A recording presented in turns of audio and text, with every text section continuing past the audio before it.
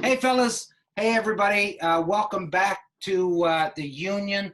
Another excellent show planned for you this evening. Again, you'll notice we're missing someone. Last week we were missing Ryan. He had something to do. And our good friend Phil is out defending and protecting us. And he's on the streets today. On the roads and doing his thing as a police officer. So many big thanks going out to Phil for doing his bit. But as usual, we've got Dave up in Kincardine, Mark in Renfrew, and Ryan in Nova Scotia. And very, very happy to say that we've got Kevin down in Fredericton, New Brunswick, who is the owner and founder, along with his spouse Alicia, with Educated Beards. So, Kevin, welcome to the Union. This is, we're looking at your background here. Dave was talking about your background before we hit live. And, you're sort of upstaging us right off the bat. Your fucking Milton leather jacket and fireplace and shit. And here we are looking like chumps. So, great to have you on, buddy. We've been chatting back and forth for a long time. And it's great to be able to do this with you tonight. So welcome. Yeah, thanks for having me. Thanks everyone for having me on the show. Look forward to it. Yeah. So for people that doesn't know or don't know, Kevin's an ex-combat engineer like myself. Spent his career down in New Brunswick. Has just recently retired, similar to me. But when Kevin was growing his beard and him and his wife were starting to have a baby, he was, going to the local drugstore or whatever and buying his beard products and trying to do his thing and his manscaping. And, his wife started looking at the ingredients of the products that he's putting into his beard and said, no way. You'll be coddling that baby and having it up around your beard, not with all those harsh chemicals. And that's where they started to build Educated Beards, where it became 100% organic and qualifies as being organic. You guys can actually say you're organic, right? By the rules, Kevin. Correct me if I'm wrong. Yeah, that's correct. Yeah, 100% natural and organic. Yeah, and like what led to that is Alicia's actually a holistic nutritionist, so she can understand the label a lot differently than us fellas in the army getting stabbed by needles every other month. And send somewhere, you know what I mean? Yeah. So Ryan, Michelle, and Alicia could probably do a show themselves. We should have got them on. And yeah. My wife's a holistic nutritionist as well. So. Oh, nice. So you get it. You everything in the house gets like scanned. It's like nice. It's like if I go through a grocery store, it's an hour to buy milk. Like it's if we even buy milk, right? Like so. Right. Yeah, I'm tracking. Soy milk. Yeah. So it better come from a nut, not a cow. Yeah. Yeah. So true. How do you milk a nut? Just Jesus Christ. So that's a little bit about Educated Beards. And for those of you that have been following our social media lately, you've noticed that Punisher Waterfowl and Educated Beards has come together to create our own scent, and we called it Cranky Mallard just because we're a bunch of disgruntled fellas, and being cranky and miserable is what we're all about. So so far, Kevin, I know we haven't had a chance, but so far some of the reviews have been smells like Nan's kitchen, reminds me of being back in the East Coast, very fresh, and somebody told me they could get a hint of cedar in there, but I don't get a hint of cedar. But you know what? Everybody's a little bit different, I guess. But everybody seems to be very, very happy with the product so far. So really well done job, really good job done by your team down in Fredericton, and let's keep going, I guess. Right on. That's good. That's good to hear. Like, it's been like 3 days since it's launched. Like, yeah, I guess so. 3 or 4 days, something like that. That's really good. Like getting some instant reviews and some instant feedback on that product is really good. Yeah. Dave, what about you up your way? I know you've been pushing it around a bit up there. Same kind of responses on your end? Yeah, same response. I actually get a little hint of like pine from it. That's what I get from it. Yeah, we're doing a lot of renovations right now, and I've been cutting wood, and then there was something we did some pine trim, and I cut some trim, and I'm like, that smells like the beard oil. Like, just kind of remind me of it. But yeah, everyone up here is starting to like it, so that's good. And my wife liked the smell, and that was kind of the main thing. That's what matters at the end of the day. The old lady liking it. Absolutely. Exactly. You'll get luckier if she likes it. Kevin, any tips for the people that are watching or listening, you know, when it comes to, you know, so we've got a 30 milliliter bottle. So in your experience, so a beard the size of, say, mine and Merck's, yours is a little bit, is a lot more than what we got. But that a lot more masculine. Yeah, it's a lot more masculine. Yeah. But that 30 ml bottle, like how long should that bottle last somebody? For yourself and Mark, I'd say over 3 months, like at least 3 months, and that's using it daily. You're really looking at probably like 3 drops, I'd say. And like basically like the rule of thumb that we give everyone is if your hands are left oily after you've applied it, you've put in too much. So cut back on the amount you've used. Okay. Otherwise, you're just washing it down the drain, basically. Okay. So a little goes a long ways. It's better to apply it multiple times during the day, especially like at the early stage, because what happens is your skin only produces a minimal amount of oil, and those oils get pulled into the beard to nourish the beard. So that's where your skin becomes itchy, dry, and flaky because the beard steals the oils, and then both lack from the oil. So that's why we replenish those lost oils. Basically, it should be called like a skin oil, basically, because it's trying to like feed the skin to like nourish the beard itself. So that's cool. What you try to do. Yeah, awesome. At least 3 months. So that's $10 a month, basically. So if we divide that by day, I don't know, like 10 cents a day or whatever, $1, not even. So if you're at $10 a month, so you're at 30 cents a 30 cents a day. Yeah, 30 roughly. Cents a day. Yeah, that's what I meant to say. But that said 10 cents. 30, that was like 30 days. 10, yeah. Now sorry, Dave, go. We apply it. We put it in our hands, like 3 drops. Rub it in your beard. Now, do you suggest using like a boar brush on top of that, or just use your? How do you suggest? Yeah, so we always like start easy. Like you can get really complicated really fast, and like the more you put into your beard, the more care, the more it's gonna look better, basically. The boar hair bristle brush is super important because it gets rid of dead skin cells, and then it also exfoliates the skin and it trains the beard to grow downwards instead of like you get to a point where it's like just all over the place. So you're like training it to go downwards. And it evenly distributes the oils throughout the beard. So it's like, and it absorbs into the beard and into the skin easier. Now, do any of these things help a beard grow? Because I might be struggling here, as everyone sees. Like Sidney Crosby in the playoffs. Hey, not that bad. Steroids. No, that gives you tits. Yeah. So there's not really anything on the market that exists for hair follicle. So if there's no hair follicle, nothing's gonna make it appear, unless you get like surgery. So you can get like surgery for like $5,000, I think, in Turkey. They pull like basically the hair from your leg and they replant it into your skin, into your face. That's a little bit extreme, but I guess it works. If there's no hair follicle, like nothing on the market is going to work. It's just like some companies sell pills and whatnot. Like they've been trying for ages to like create hair on your head. There's nothing really that's going to exist, but if there is a hair follicle there, we have a scent collection of peppermint cedarwood, and peppermint is a vasodilator, so it increases blood flow in the area where applied. So basically it excites the hair follicle at the root, making it thicker and stronger. So you might not have a bigger beard, but your hair is going to last longer, so eventually it's going to fill in better. If that makes any sense.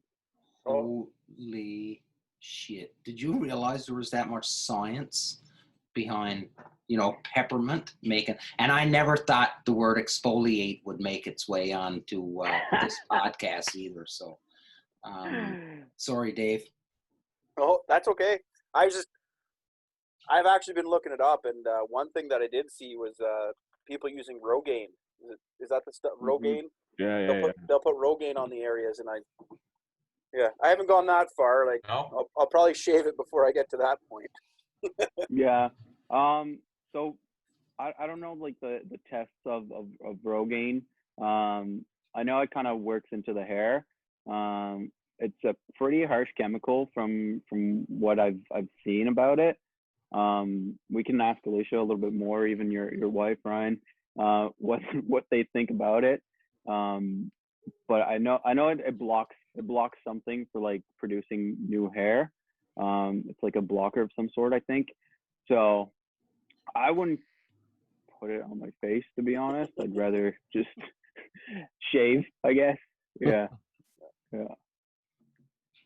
So what do you think it is about beards that a lot of duck hunters have them? Is it a camo thing? Is it an insulation thing? What do you think's going on there? I don't know. I'd say it's a mix. Yeah, I think it's a mix of everything. Cause like I like when you cam up for any hunt you do, if you don't have to cam half your face, then that's better. And then for like out of the elements too, I find like especially in the fall season and when it's like raining from underneath, it's a little bit better. I don't know why there's an association to that. I know mine comes in the same color as Mark's shirt, so the camo thing kind of goes out the window. But for me, like especially on the colder days, you notice it. Like if it's cold and the wind's howling and your chin's hanging out there, like for me, I noticed a little bit of protection. But for yours, Kevin, like, man, that sucker would come in handy in the field, buddy, for detecting which direction the wind's coming out of. I'll tell you that. No more grass. Yeah. No, man. Just no stick your lighting chin in cigarettes. the Yeah. light line and just make sure we got a good wind there, Kevin. Are you in summer mode? Right? Am I in summer mode? Yeah. Yeah, that's what I thought. Definitely. I try to keep it down a little bit in the summer. So sorry, I was going to say shit. Sorry, forgot it. Gone. Keep talk amongst yourselves. Wow. Take a drink. Yeah, take a drink. Intermission time, ladies and gentlemen. Intermission time. We got to catch our thoughts in. Round two. Mm-hmm. Get that light going. What other products do you suggest for people with beards? Like I've seen there's beard balms and there's obviously the oil, like we've got the oil out here now, but what other types of products would you suggest for people? And when would you suggest they apply it? After the hunt? Yeah, so I do like most of my routine first thing in the morning. It lasts all day, so I'll get up, brush my teeth, and like usually I'll apply some oil and some balm. I'll do up the mustache sometimes, but it's quite an ordeal because like my mustache touches basically my forehead, so it gets quite long. But I'd say like only two products. Well, with the brush, I'd say like you oil up first, just like get it as close to skin possible, and then I'll use a little bit of a balm. It just adds a little bit of weight to the hair. So instead of like having all the hair all wacky, it just like controls it a little bit more. Adds a nice little shine to it. It just looks healthier and cleaner. Now, a lot of people don't know. A lot of people don't know, but you're actually another waterfowl hunter, aren't you? Kevin? Yeah, hunted for like as an obsession for quite a while. I don't hunt as much. I got injured in the army. My shoulder's pretty beat up. So then I started training my dog basically, and would like just do dog handling for the longest time. But yeah, it's more than a passion. It's really an obsession at a point where my partner was pretty pissed when she was pregnant. I leave every day to go get some ducks and some geese. And she's like almost a vegetarian the first time, when we linked up the first couple of times, she was like basically a vegetarian. And she came over like one day, and we're like mid-season of hunting, so I'd leave and then I'd come back like in the evening. And she's like, "Oh, I made a roast." So I was like, "A roast? Where'd you get it?" She's like, "Oh, in the freezer downstairs." I was like, "Oh, what does the package look like?" I was too sure. And then she's like, "Oh, this." I was like, "Okay." She's like, "What did I cook? What did I cook?" And I was like, "It's a bear." you made a bear. Really? So she made a bear roast, and it was like super good. And she's like the type of person that she doesn't waste basically. So she felt not bad about cooking it, but she made it super good. So she cooked it.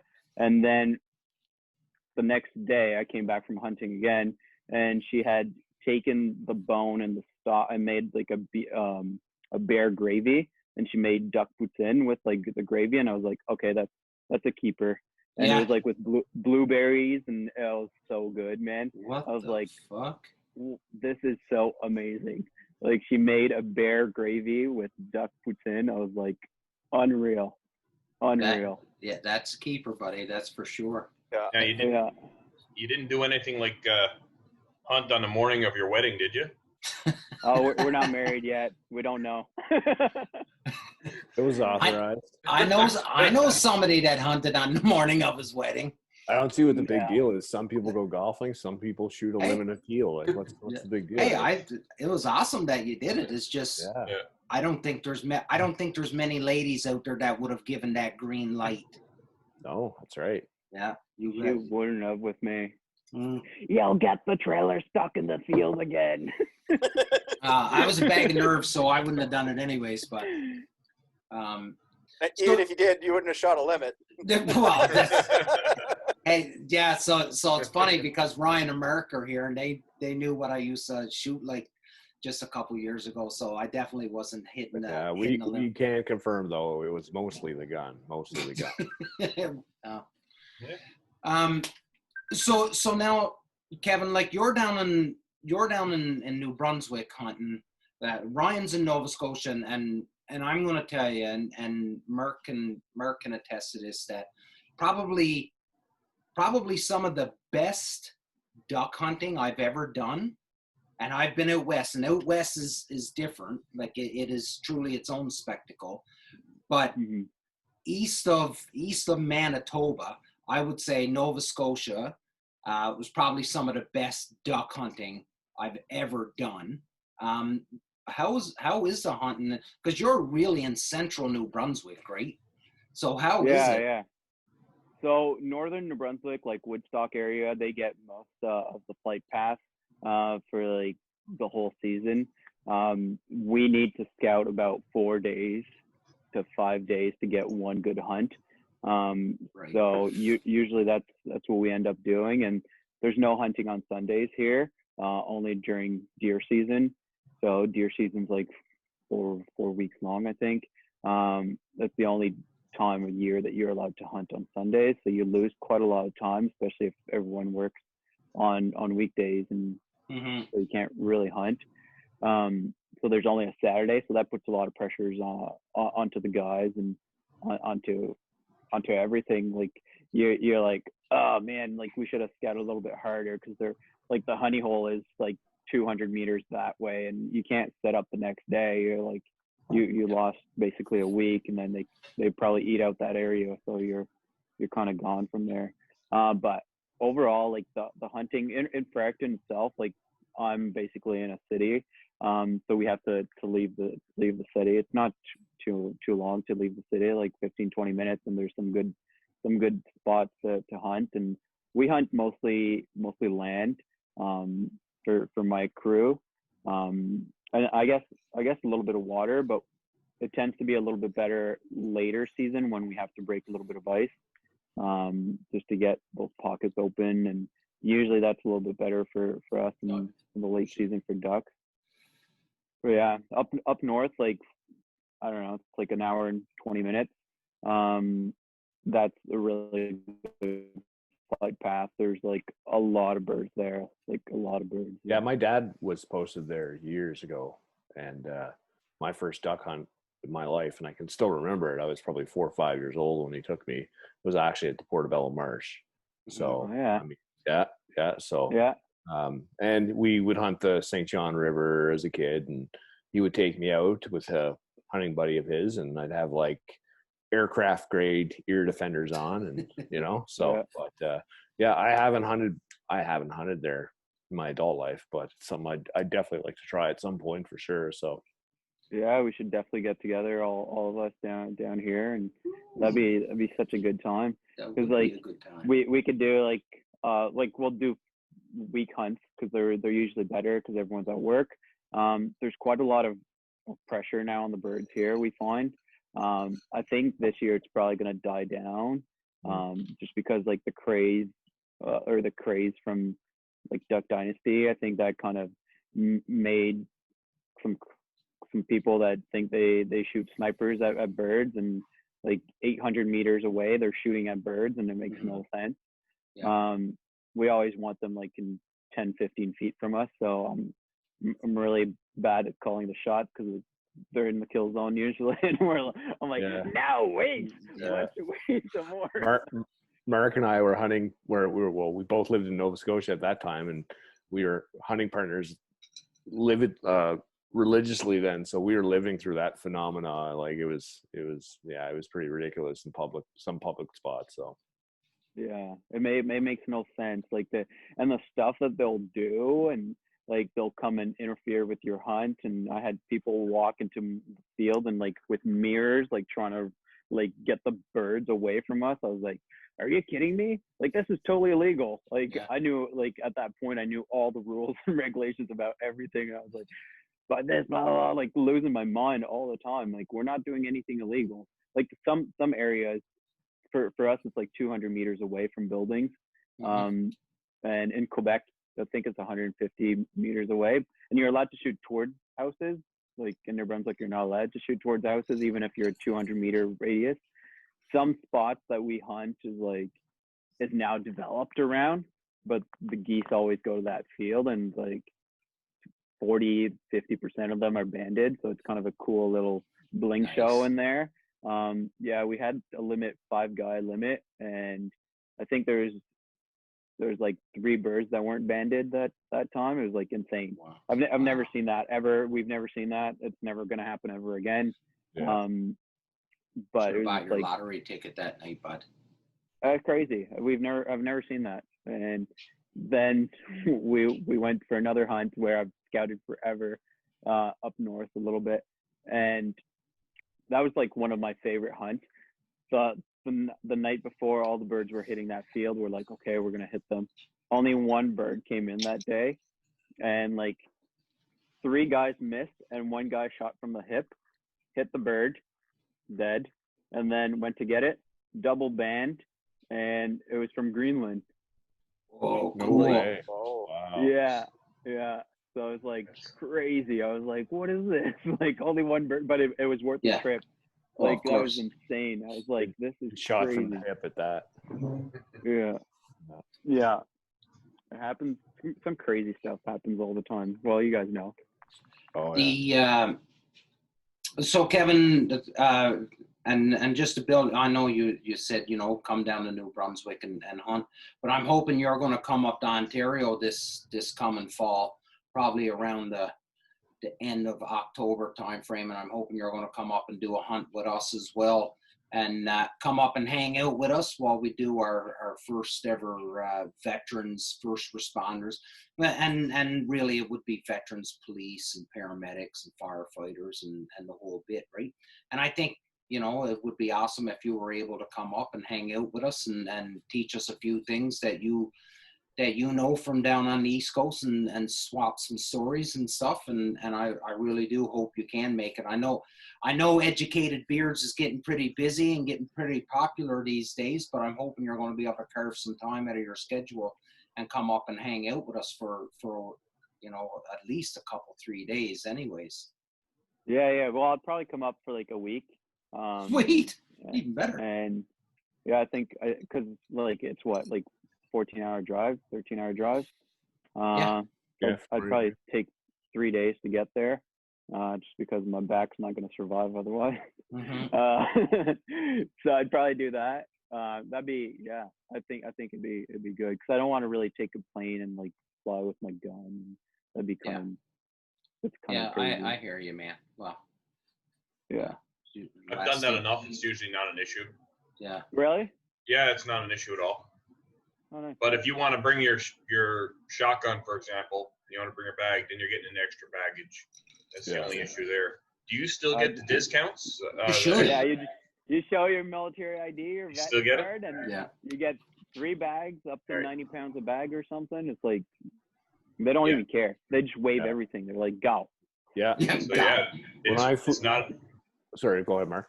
I was gonna say I go down to Newfoundland to moose hunt, and I fly down when I'm doing that because I don't want to drive for 2.5 days. So I've never had an issue. When I went to Saskatchewan this year, I had a full size big green Pelican case full of every stitch of hunting kit I had, and I thought I was going to have to drop $150, but I flashed that good old military ID, and they're like, "Thanks for your service. Have a nice flight." So thank you, cool. Thank you, Air Canada, WestJet, WestJet. Whatever airline provides free baggage to us military and veterans. Yeah. Thank you very much. There's our public service announcement for the episode. Dave, listen, bud, you look like these renovations are getting the better of you. You're just sitting back and you asked like 3 or 4 questions. You came out of the blocks running, and now you're just like fucking just getting down. It's like these renos are killing me. You know what? I was hoping you wouldn't bug me again, and then I could have a little nap, because I've got another couple hours of stuff to do. So, a couple more days. The internet's back, and it's looking like it's working now, so that's the benefit, right? But almost done. I can see the light. So. Well, I don't know what I'm going to do on this new house that I built, so it's satellite internet. And I've never ever heard of such a thing. So yeah, it's better than. It's might be a little better than Kazera, because he's not up in the North Mountain, but it might not be the greatest. Kazera's closer to the satellite, though. He's like 400 feet above sea level. Like. That's awesome. Well, you know, like this is again such a good episode. And I'm sure there was probably people that came onto this episode and had seen Kevin and his beard and the background, and we're talking about exfoliating and fucking peppermint and bringing the acid up to your face and all this stuff. And yet we're like, where is this going hunting? But just goes to show, like, our hunting community is so huge, and it's a conversation that we had with Carolyn and Ian last week, where we tend to think that, you know, white collar don't want to hunt, or they're not hunters, or, you know, if you're in a certain profession that you're not a hunter or anything like that. And this is just another prime example of how this hunting community is so vast and so large that, you know, we really can't, I guess, label people. And I'll admit I'm guilty of it. I've done it. Considering anybody from a city that, you don't hunt, you don't know what it's like. But the more and more people I meet, I'm becoming more educated. And there's just way, way, way more people out there hunting and looking for excuses to get in the outdoors and provide and put something on their table for their families than what I I don't think I ever truly realized just how popular it is. Coming from Newfoundland, it was just everybody did it. And then I just, I don't know, maybe I just wasn't hanging out with the right people first when I moved up to Ontario, but I just didn't think that the hunting community was that great. And yet, you know, here we are, and it's just constantly always meeting someone new and being surprised that they are in fact hunters. It's unbelievable to see. You had mentioned, Kevin, that there's, you know, since the whole Duck Dynasty crave came in, you know, like, do you find that there's still, like, when I lived in New Brunswick, I was in New Brunswick from 07 to 11, and I used to hunt Coy Lake just outside of Gagetown proper. And there wasn't a whole lot of pressure then, at least there where I hunted. I pretty much had that entire lake all to myself. But do you find that there's still a huge hunting pressure in it? I know New Brunswick is big for moose, right? Yeah. But for ducks and it's geese, definitely. I think people have picked up because, like, so social media, like, posts and everything in groups have become bigger than ever. And like deer season only being like 3 weeks long, and they see like videos of the guys in the blinds and like in the layouts, just like having bacon and eggs and not having to be quiet into a tree stand, like freezing their ass, and like having fun and, you know, like having more than one shot at one game. Like it's so much better. So I think that made some hunters jealous in some way, or like eager to want to learn that. And a lot of them don't take the time to get the right gear or like to educate themselves, because duck hunting looks easy from the outside, but there's so many factors to take into consideration. You guys know it, like where the sun's going to come up, to like what temperature and what wind is it going to be, and like there's so many things now. And like birds are smarter than ever, we find. They'll flare for any reason now that you're like just questioning everything.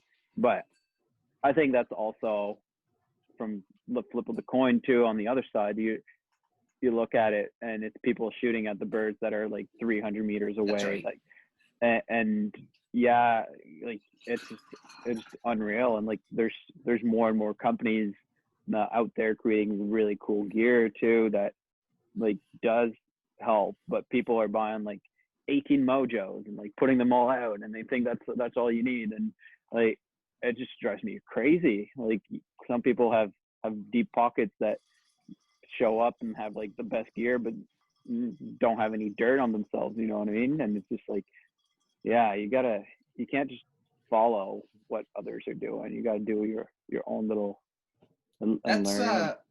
That's a cool, and something I've thought about bringing up. So I've watched the Molt Gear Goose Society, right? That video on calling and placement of goose decoys, and I wanted to bring this up, and I'd love to hear your guys' thoughts on this. So in that DVD, he mentions, listen, early season, throw out your shit decoys, the stuff that's all banged up, your mojos, your luckies, all that stuff. Save all that for late season when birds are after being hunted and smart, and just throw out your old crap at the beginning of the season, because you're 100% right, Kevin, that I don't think birds are evolving to the point where they're getting more intelligent. I think they're getting shot at way more at the beginning of the season by these skybusters and fellas that are just taking ridiculous shots. And I think all three of us are a lot like you. Like there's times when we could have called the shot and we're trying to get them in just a little bit closer, right? So like, you know, go around. I'd love to hear your guys' thoughts on this whole, like, put your crap decoys out first. Brian, you were nodding, and you know, what do you think? I just think the birds you're hunting in September are not the same birds you're hunting in December, right? It's two completely different. You know, September you have you have birds that haven't been shot at. You have newly hatched birds from that year. You know, it's just easy. It's flat out easier hunting. Mid-season, you're going to get your molt migrators come through and all that stuff. So you still get some, dumb birds and all that, but you're still going to your local population birds. If any of them are still around, they're going to get shot at. And then late season, that's what separates the casual hunter from in my opinion, from the hardcore waterfowler, because you're going to deal with weather, you're going to bust ice. If you're going to shoot a limit, you earned it, because you're going to beat down the most educated birds out there. Mm-hmm. If they're still there.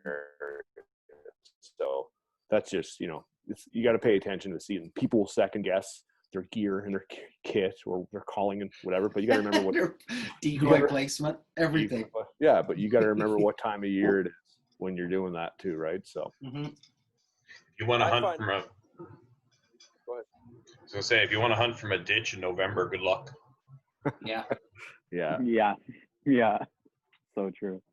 But that kind of leads, like, there's really two end of seasons. There's the end of season for the casual guys that come mid-season. It's like, wow, it's getting a bit tough. We're done for the year. We'll just go back to our deer stand or whatever the fuck. And then there's the end of season for the rest of us that it's like, man, last minute of the last day, I'm going to finish that limit on that day. And, that's what makes the difference there, I find. And those are the best hunts, I find, like the ones that like past, like after the casual hunters, like those birds that you have to work in, and like they just come in so aggressively once you've convinced them. They're so much cooler than the dumb birds. Like dumb birds are just like, whee, come in right into the pocket, but the other one, you got to work them so much and like so little at the same time, if that makes sense. Yeah.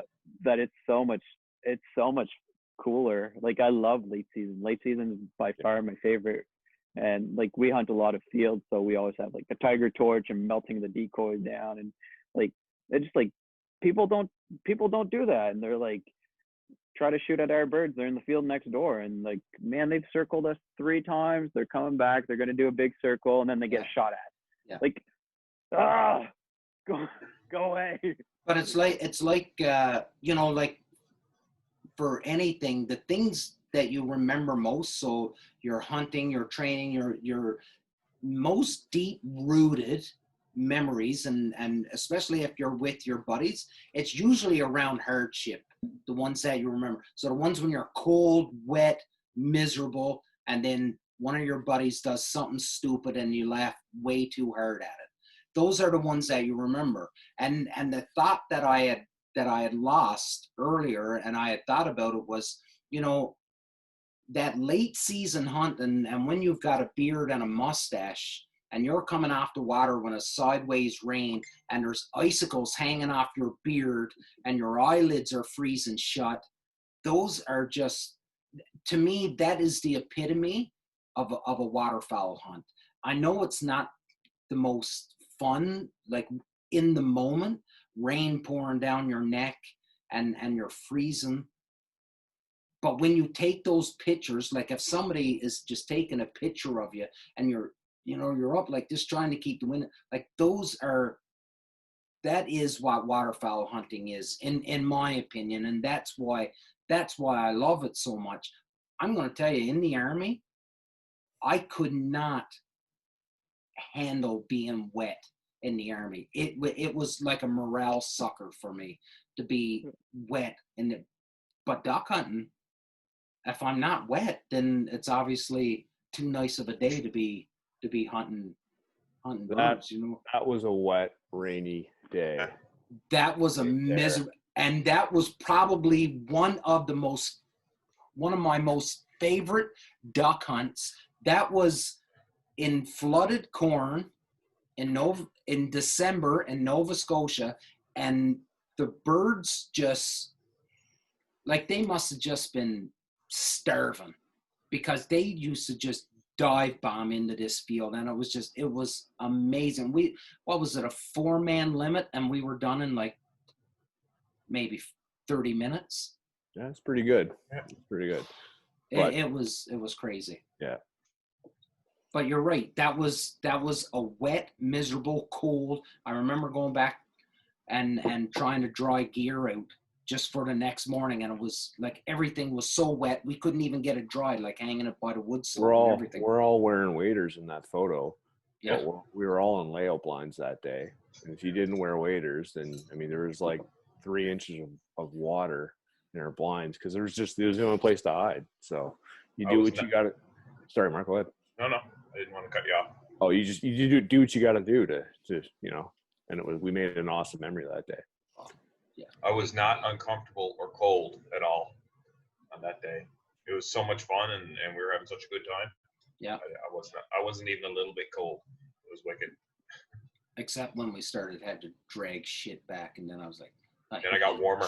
I hate dragging shit back to the truck. And your layout blind now weighs 800 pounds because it's waterlogged, and it was just nuts. But yeah, like those are the times, right? And you're 100% right. When it comes to that mid to late season, that's usually the point when, and here in Ontario, that's usually the point when all the deer hunters, and nothing against the deer hunters, but for the most part here in Ontario, we have the deer hunters they're just waiting for deer hunting to start. So they'll come out and duck hunt, right? And they'll hunt birds until deer opens. And then once deer opens, well, they could care less about the duck. They just want to be outdoors and they want to be hunting. God love them. God bless them. It's awesome. But once deer hunting happens, and the fellas that are still at the blinds at 4:30, 5 o'clock in the morning, those are the real, waterfowlers in my mind. Yeah.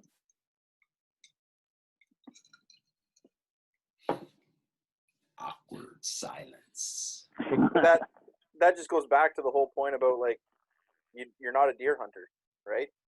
Because Ian and Carlin, they talked about it, and deer hunting apparently is fun. I don't know, sitting 15 feet in the air with fucking cold and miserable. Sounds fun. I love it. Do you? Yeah. Yeah. Well, I love every type of hunting there. I don't think I've met a type of hunting I don't like. So Mark, you went down like last year, buddy. You had some cold sits last year too. -20.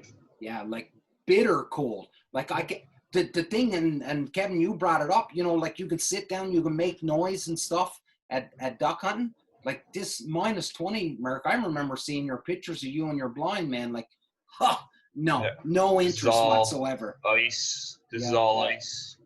And, well, hold on. He's getting your trigger finger doesn't work anymore. Like nothing works. No. Yeah, your toenails are cold. Your scope's fogged up. Mm-hmm. Yeah.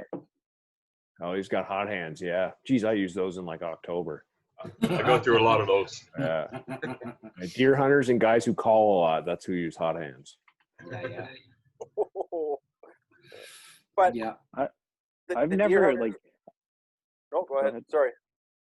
I've never used any like hot paws or anything. I find like if you go out like, I don't know, like half the season almost every day, like your hands just get used to being in like cold water, and like they just become like normal. Like you don't really, I don't know. You get adjusted to the temperature outside. I don't know if that's something to do with your beard, but I don't have that. No, like I run warm anyways. Usually. Yeah, like my hands are like cold like all the time. So duck hunting, I don't need it. I don't need those. I don't think I ever use them really, duck hunting or goose hunting very often. But deer hunting, when you're sitting in a stand and you're not moving, ooh. Yeah. Kevin just keeps warm by like tucking his hands in his beard, like yeah, that's right. It's like, wasn't it The Simpsons where they grew Family Guy where he grew the beard? The beard had the bird's nest in it. And shit, yeah. Right. Yeah. But the big thing for me with deer is just the scent control crap, right? Whereas ducks, I don't have that. I don't got to worry about that stuff. Yeah. So I think that's overrated. My dad shot. He's like, not that my dad's like a Jim Shockey or anything, but he shot his share of deer in his younger day, and he used to smoke. And he's like, he shot 3 deer in his lifetime with a cigarette in his mouth, just because the wind was the right direction, right? Yeah, so It's more wind than anything, because no matter what you do, you think you're controlling your scent. You cannot control everything. There's no way. And I've been at both ends of it now, where I used to try and do everything I could to control scent, and it didn't matter. Didn't matter. Full scent gear, the face wipes, everything was clean with scent free. The scent free dryer sheets, everything. Sprays. you used to even put your clothes in a Tupperware with cedar bells, Mark. Yep. Yeah, like that was just, I was like, why the fuck do you got cedar bells in the back of your truck in a Tupperware? It's for my clothes. Like, that's way too much for me. But shot a nice buck that year. yeah. But no, it's awesome. But at the end of the day, and to each their own, whatever it is that you want to chase and it gets you outdoors and you're doing your thing, go for it. It's just, for me, it's all about those feathered fowl. I just love chasing them, and I love the fact that, you know, you can have 4 or 5 of your buddies sitting next to you. You can chat, and then, you know, sometimes you don't even need to say a word. It's when someone snaps their head and you know that there's a bird coming by, or they heard a honk or a quack or something, and everybody just shuts up and everyone's looking, where is it? And, you know, You're taking a selfie. Do you remember that one? That was awesome. I've got that photo. Hold on. I'll find it. So I was we're gonna look for it too. So we're in Nova Scotia, and we're hunting this little like, I found it. Yeah. little pocket of water. Yeah. Look at my face in that photo. I'm not impressed. Yeah.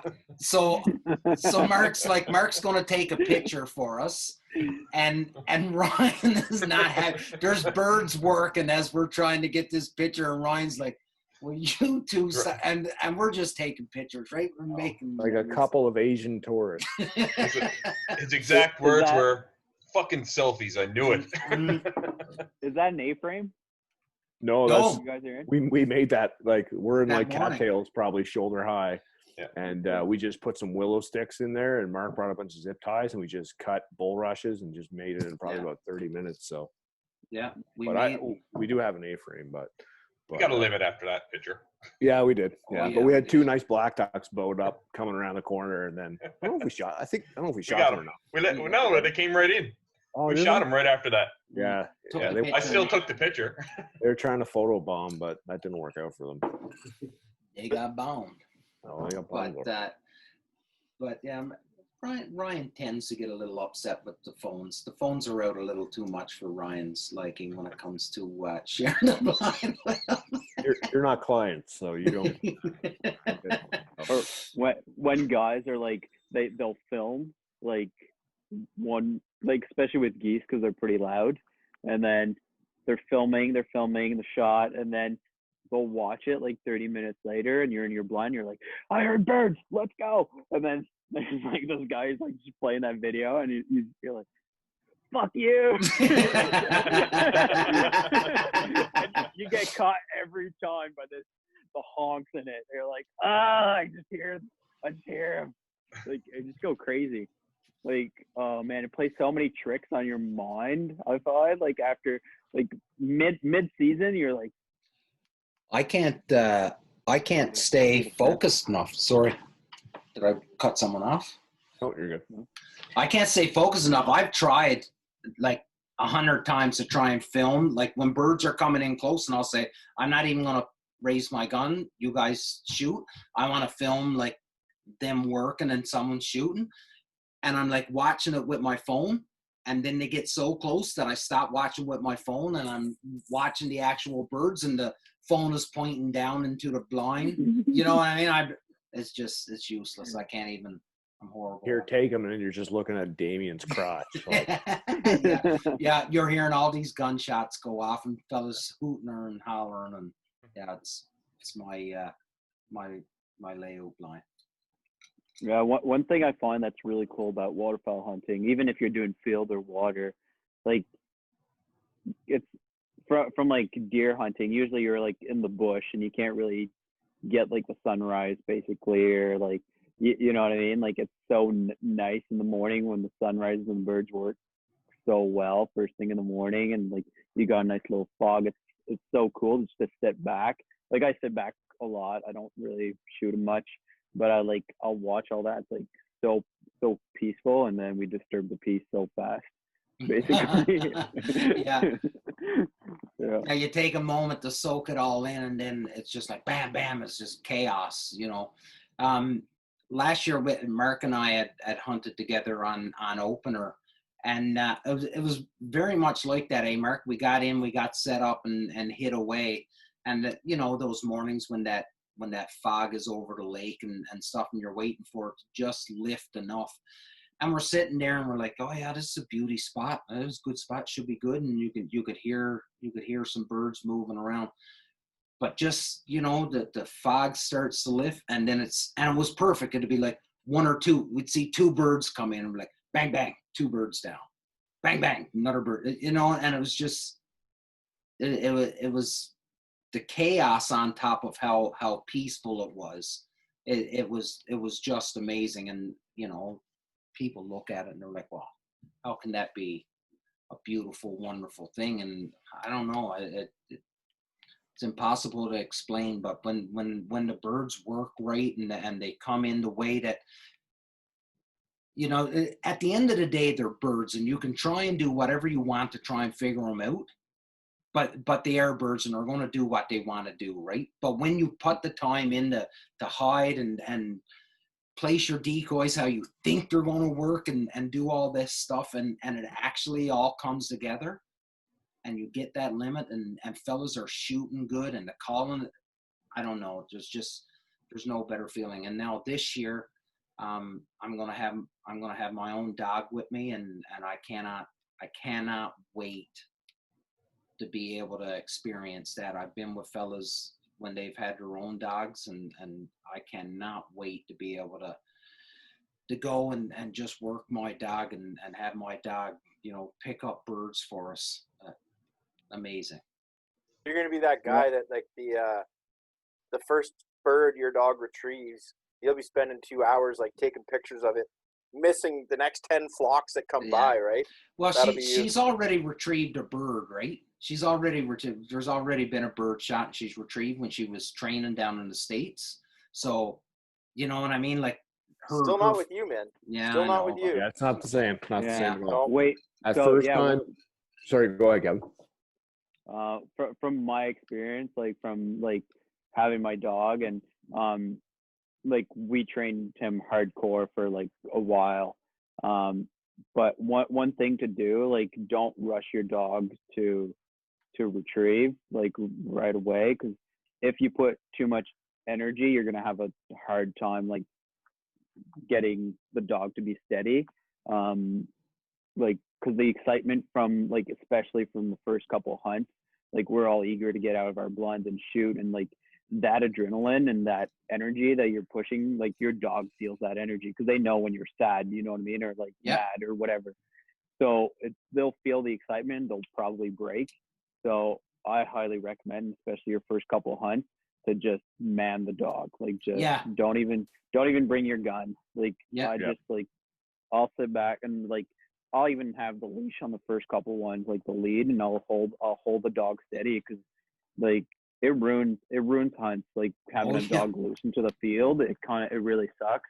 Oh, don't be that guy. Yeah. Hey, if you want, Damien, I'll shoot the birds for you. Yeah, I know you would. I know you're that kind of guy. And Kevin, you're not the first person to tell me that on that first, like, don't even just worry about working the dog, and don't even worry about hunting and shooting. Just, you know, enjoy the moment and look after your dog, because you are right. You do not. First off, I've been on enough hunts that a dog breaking and someone yelling out to the side, "Don't shoot the dog!" Like that's a scary friggin' thing to hear out of your ear, especially for, you know, us, like all of us that are experienced with firearms and the safety around fire. Like if there's something coming in from outside of your arcs, like that's a scary That's a Yeah. friggin' scary thing to hear. And it, you know, so you're 100% right. You don't want to be that guy. Yeah. And like what I looking back at it from now, like my dog's always like 50 meters behind us in his own blind.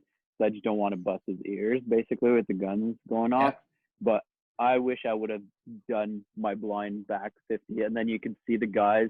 And if your dog breaks, like you got your e-collar, you know how to call him back by the time, because like sometimes he'd break, my dog would break and he'd run in between the blind, and then the birds are super low. You're already shooting super low.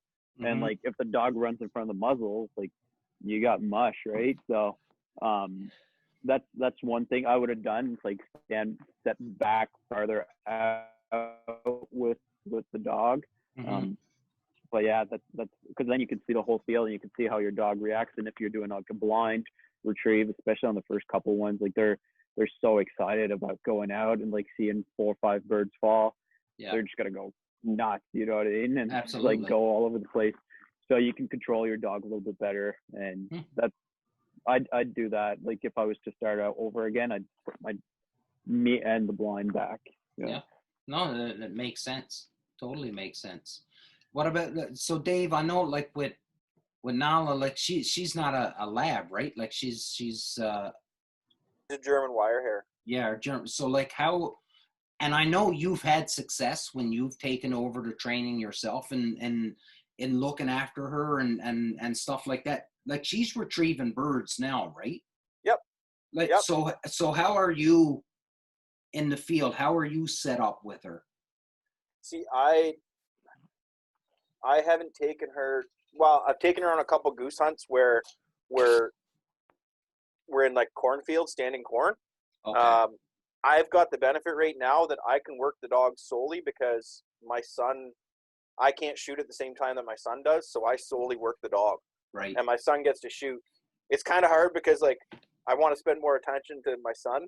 Yeah. And then but yeah, but then on the other hand, like I've gone out on a couple solos where just the dog and I, and sometimes you'll find that when she's bored, like she really wants to run the fields and she wants to like flush birds and she wants to point at birds. So it's kind of getting her to actually want to sit and like wait and be patient, kind of the biggest thing that I'm dealing with right now. So Hey, Ryan, oh sorry, go for it, Mark. Remember that hunt we did with Chris Bertrand and we were over in Quebec? Yeah. Who was the guy's name is escaping me right now. Danny Mijo? No. Guy from the States. And his dog Reed. Oh God, what was his name? He was awesome. What a great guy. Oh man. So he had his dog Reed with us, and what he would do is he'd put the blind behind him, kinda, and he had a big stake he'd drive into the ground. Oh, it was Joe Amager. Joe Amager. Oh, Joe Amager, yeah. Awesome So dude. He drove it into the ground, and he had Reed leashed to the stake and the blind. It was all leashed together. And what would happen was when the birds came down, we shot a couple birds, he'd let the dog off the leash after. So the dog was hyper excited and big, strong lab. What I remember, it was about a 90-pound yellow lab. Anyways, we're there going to shoot. The birds are coming in. We haven't even shot yet, and all you can hear is, Reed! Going across the field is the dog and the blind. Right into the geese. They weren't even in the 50 yards yet, and he was out there, boom, with the blind. Yeah. I never laughed so hard, man. Oh my God, just the dog blind tumbling through the lead in tow of the dog, eh? And he didn't slow him down. Like that thing was a monster of a dog. It looked like that's a big dog. Sort of like Phil's dog Thor. Yeah, he's pretty much the same ideal. Sean Stahl did an awesome post on Facebook.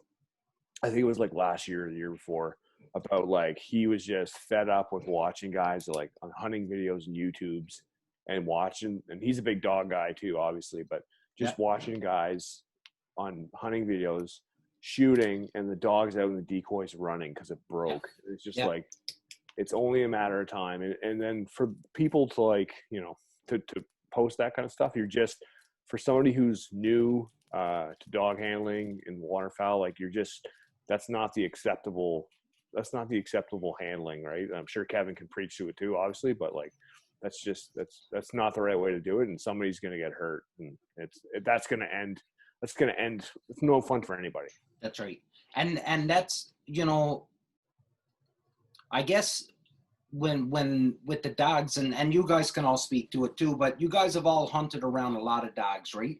And what I've learned over the last year since I've had my own and I've been training is that a lot of the dogs that I thought were really, really good really weren't that great. Like, they went out and picked up the birds, but the amount of yelling and correction and all the other bullshit that I had seen people having to do, and the dogs breaking and someone fucking almost shooting the dog, and you know what I mean? Like, listen, if you're investing $1,500 into an animal that your dog that you're going to be taking with you every day, that's like, you owe it to the animal to make sure that it's going to be safe when it's out doing the job that you want it to do. And that's my opinion. I've become so educated over the last year when it comes to dogs that, yeah, it's just, we could go on for hours upon hours when it comes to dog training, because we've all seen. Now, I've seen some good dogs too.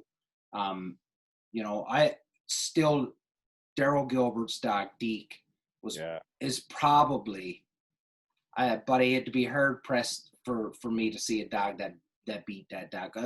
Ryan, I seen that dog run across entire plots of land to pick up a bird that we didn't even know that went down. Yeah, he's probably the greatest retriever I've ever seen. Yeah.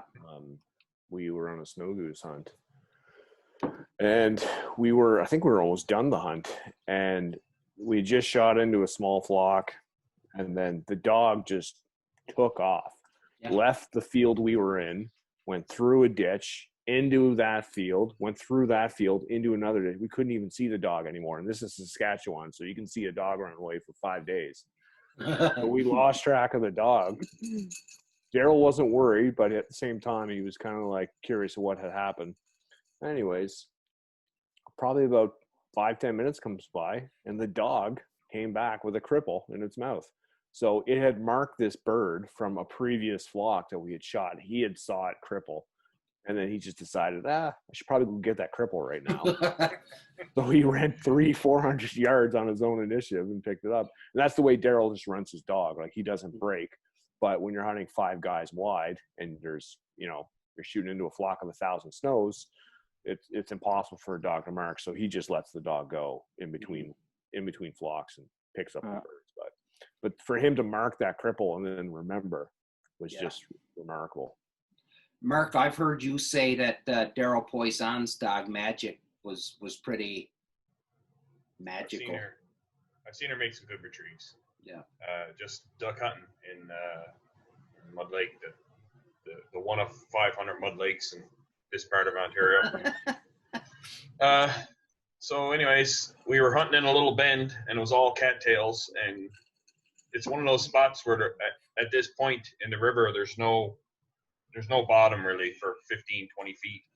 So we weren't getting out of the boat to go retrieve anything. It was all the dog, right? And we shot a bird that went down in the trees, couldn't see it at all. And I think Daryl sent her on another retrieve for another bird first, got her back, marked her on the other one, sent her, and she headed off into the reeds. And you could hear her darting around over in the woods over there. I was like, are you going to call her back? And he's like, no, she's doing her thing. She must have been over looking for 10 minutes. And finally, you could hear her coming back towards us. There's no way she got that bird. And he's like, oh, yeah, wait, see.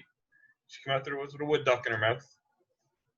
It was a good retrieve, man.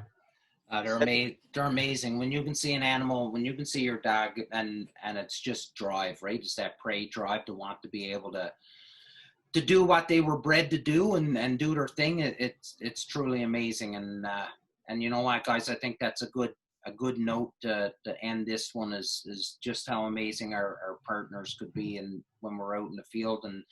And I guess a big message is, you know, do the work and put the work in, like you're saying, Kevin and Ryan, like put the work in and make sure that you're not going to be that guy that you bring your dog out and the dog is a liability, because nobody wants that to happen, because that's just a bad day, like Ryan said, for everybody, right? Yeah. On that, Kevin, You could always put you can never put drive into your dog. You can always take it away though. But like once you've broken your dog, like he's broken, like yeah, you can't re-get that energy into your dog. So you got to keep him excited and not always be correcting him. So if you put the work ahead of time into it, like it'll work. 100%. Any last points going around the table, Mark? Thanks for coming on, Kevin. One question for you. So you're going to get into the turkey hunting there in New Brunswick? So it's supposed to be first year this year, and they canceled it because of COVID. Oh, yeah. Yeah. So I don't know. It was supposed to be the first year this year. I'm thinking about getting the bow out to get on a bird. We'll see what they say about regulations with that. But yeah, hopefully, because I think that'd be like I've never turkey hunted. Like obviously I put a couple calls in my mouth for like just shit and giggles, but yeah, I think it's gonna be a new learning curve and a new thing that my wife is gonna hate. Right on. Dave? Kevin, thanks for coming on. We've talked a lot over the last couple months, and Damien always says it, surround yourself with good people, and you're definitely one of them. So thanks a lot, man. Thanks, dude. Appreciate it. Ryan?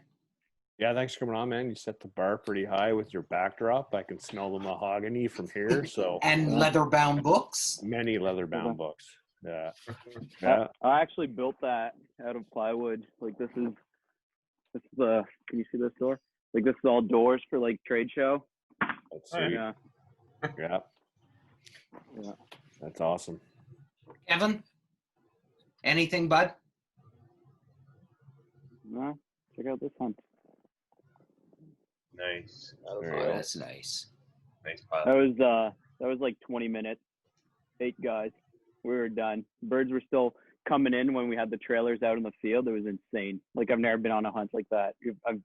They were like trying to land on the trailer. I was like, this is nuts. Like this is Wow. crazy. Like So what it's is all going about- on here? Yeah. Well, that's good scouting on your guys' part, right? You obviously found the X, you knew where they wanted to be, and you had a good morning, got a limit, and you know what? There were still birds coming in for somebody else, and that's the beauty thing. Hopefully someone else was able to come back in and get a few birds out of it. Kevin, thanks, buddy, for coming on. Like I said, and Dave said, we've been chatting back and forth for the last little while. Thank you so much for coming on to the show. Thank you so much for taking a chance on Punisher Waterfowl, because I know you're busy. I know you've got your own things on the go and all the pressures that come with it, but yet you took the time to help us out in creating this product, which is the cranky mallard. And it just goes, you're good people, man. And I can't say enough good things about you. You took a chance on us. You're helping us out, and you're trying to get us off on the right direction and becoming that lifestyle brand for the waterfowler. And you know, when you and Dave came together and created this label, and the boys had, we ran it by them as well, but it was really you and Dave that put this together. It's fabulous, and I love it. I've been using Educated Beards for 2 years, long before Cranky Mallard ever came along. I've been using this stuff, and you know what, buddy? God love you. I think it's amazing, and I can't thank you enough for taking a chance on us and believing in the Punisher Waterfowl brand, and again for coming on tonight and talking about exfoliating your skin and bird hunting, man. I love it. That's how I'm going to be remembered. Like, Yeah. You're going to have a shirt with for me, like at the blood, it's going to be called the exfoliator or something. Oh yeah. Oh yeah. Yeah. Awesome. Uh, Okay, fellas, thanks again. This was to everybody listening, watching. I really do hope that you're enjoying what the union is and you're getting what we're putting down. And that is just a group of fellas that really enjoy one another's company, and we just love talking about hunting and everything else. Tune in again. Oh, I do have to add, since the last episode. So the last episode, I was talking about how in September this was going to end, the union. I was going to end it in union, and Dave has been really pushing me that I got to keep it going past September, just so that we can be on there chatting about our hunts and stuff. So we still got some work out some logistical stuff, but you know what, things are looking like maybe well into the duck season we'll be still doing the union. So as long as you guys are listening and then you're still sending out that feedback that we love to hear, we'll keep putting out shows, and please do keep sending the feedback, either good or bad. Remember, don't be a fucking idiot. And we love to hear it, and it's only going to make the show that much more better. Kevin, once again, thanks for coming on, buddy, and spending the evening with us. I know you're busy. And Ryan, Mark, Dave, again, boys, thank you. Solid episode. This show just keeps getting better and better, in my opinion, and I hope everybody else is enjoying it. With Hey, that, just one thing. Whoa. yeah. Can you put that bottle back up? I want to see it again. Oh, sorry. I didn't Let's want see to that rub. bottle. I didn't want to rub that into you. No. The beard oil. The beard oil. Oh, Fuck Oh. that stuff. Show people the beard oil. oh, the beard oil. Sorry. Yeah. Show people that. You- Now, Damien, you can get that one on the website. Yeah. what website can you get that from, Damien? Oh, sorry. Well, you can Yeah, get thanks. that from www.punisherwaterfowl.com. and you can- God, thank you. Yeah, sorry. So obviously I'm horrible at self-promoting, but there it is. And you know what, everybody, it's not just because it's our product. It is a very, very good product, and the reviews are coming in and they're saying it. So take a chance, support 2 veteran-owned businesses. You know what, and show some love and give us some support. And I promise you, we appreciate it more than you'll ever know. Anything else? Last points, fellas? That's good, man. Sure. Awesome. Good show, Cheers, guys. Thanks so much, Kev. With that, everybody, hope to see you all next week.